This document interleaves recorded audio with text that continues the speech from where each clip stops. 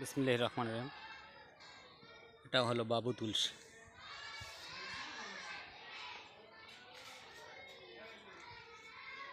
যা খেলে বাচ্চাদের ঠান্ডা একেবারে চলে যায়।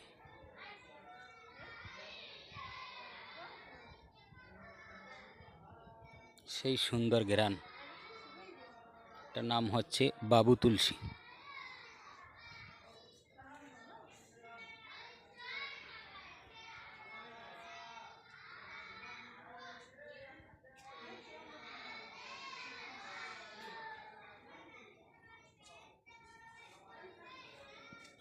একবারে 0 থেকে 10-8 বছর বয়স বাচ্চাদের খাওয়ানো যায়, কোনো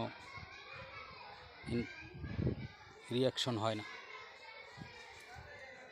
ঠান্ডা লাগলেই খাওয়াই দিবেন বাবু তুলসী পাতা রস।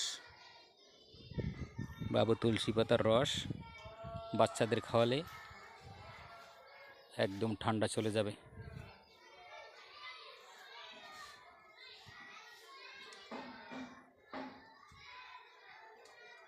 হয়েছে।